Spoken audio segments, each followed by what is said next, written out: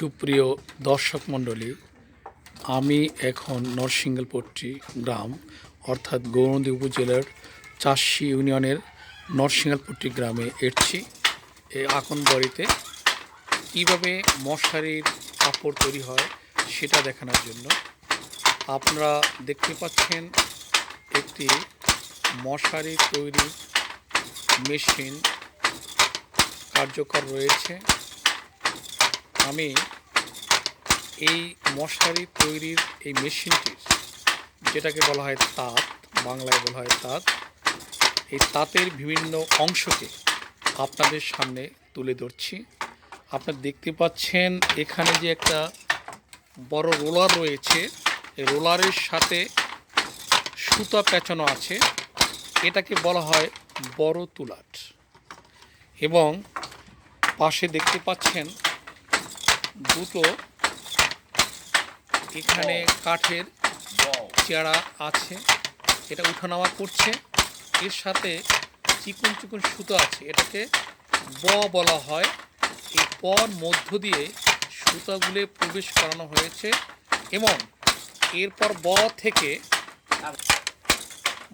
থেকে সানায় প্রবেশ করানো হয়েছে।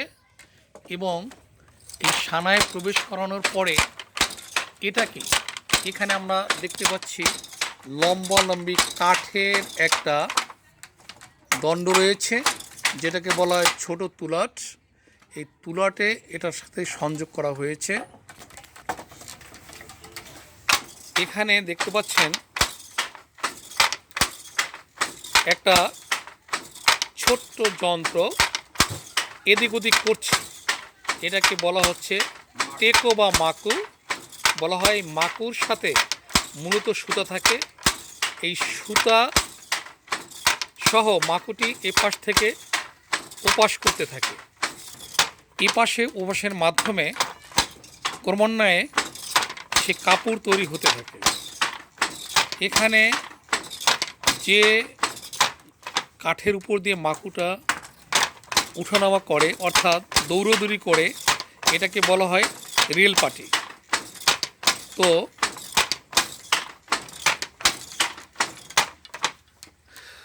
দেখতে পাচ্ছেন যে এখানে একটি সুতার মতো আছে, এটার নাম হচ্ছে মুঠ। এই মুঠ যখন সঞ্চালন করা হয় তখন মাকু এপাশ থেকে ওপাশে চলে। তো এই মোটামুটি কাপড় তৈরির একটি কৌশল দেখছেন।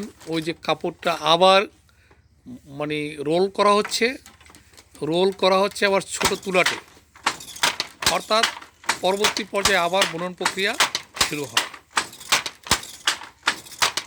এভাবে একটি মশারি থান তৈরি হয়। এটাকে বলা হয়, এটা প্রস্থ রয়েছে 4 হাত।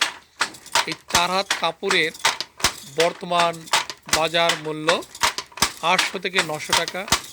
আর এই যে শ্রমিক দেখতে পাচ্ছেন, যে মূলত এই শ্রমিককে বলা হয় কারিগর, মূলত যে তৈরি করছেন তার দৈনিক কাপড় প্রতি, অর্থাৎ এক থান ভর্তি তার মজুরি হচ্ছে 400 থেকে 450, কোথাও 500 টাকা। তো উনি চেষ্টা করলে দিনে 1টা থেকে 1.5টা থান নামাতে পারেন, অর্থাৎ তৈরি করতে পারেন। আমি ক্লোজ আপ করে এই তাঁতের বিভিন্ন অংশ দেখানোর চেষ্টা করছি। এটাকে বলে কুলোট, এটার সাথে সুতা পেঁচানো থাকে। সামনে দেখতে পাচ্ছেন একটি সুতার মতো অংশ, এটাকে বলে এখানে যে ব্যক্তি কাপড় বোনাচ্ছেন ওনার নাম হচ্ছে আকবর আলী সর্দার। উনি অনেক বছর যাবৎ এই কাজটি করে আসছেন এবং উনি এই কাজের ব্যাপারে অত্যন্ত দক্ষ। বলে রাখা ভালো, মূলত আমরা যে গ্রামে দাঁড়িয়ে আছি এটার নাম হচ্ছে নরসিংহলপট্টি। কোনো এক সময় কাপড়ের জন্য এই গ্রামটি অত্যন্ত বিখ্যাত ছিল, কাপড় বোনার জন্য। কিন্তু যখন পাবনার হাটে এই আধুনিকভাবে আমরা নেট দেখতে পাচ্ছি, এই নেট ব্যবহার করার ফলে মূলত স্থানীয় এই শিল্পটি অনেকটা বিলুপ্তির পথে। কেবলমাত্র 2-1টা বাড়িতে তার দেখা যায়। এই কাপড়গুলি বাজারজাত করার জন্য এলাকায় এখন আর তেমনটা বেচা কিনা হয় না। ওই সুদূর বানারীপাড়া থেকে হুলারহাট তুরস্ক ওই বেলটাকে বাজারজাত করানো হয়। আর এখানে এই যে তাঁত শিল্পের মালিক, সে যথাযথ মূল্য না পাওয়ার ফলে তারা মূলত এই শিল্পটি অনেকটা বন্ধ করে দিয়েছেন। এবং আশা করি যদি সরকারের কাছ থেকে সাহায্য সহযোগিতা পাওয়া যায় তাহলে এই শিল্পটি আবার নতুন করে প্রাণ পাবে এবং এই শিল্পকে বাঁচানো সম্ভব হবে। এই হস্তশিল্পের আমাদের দেশের একটি ঐতিহ্য। আমি আশা করি যে এই হস্তশিল্পটি বাঁচানো সরকারের একটি দায়িত্বের মধ্যে পড়ে। সকলকে ধন্যবাদ।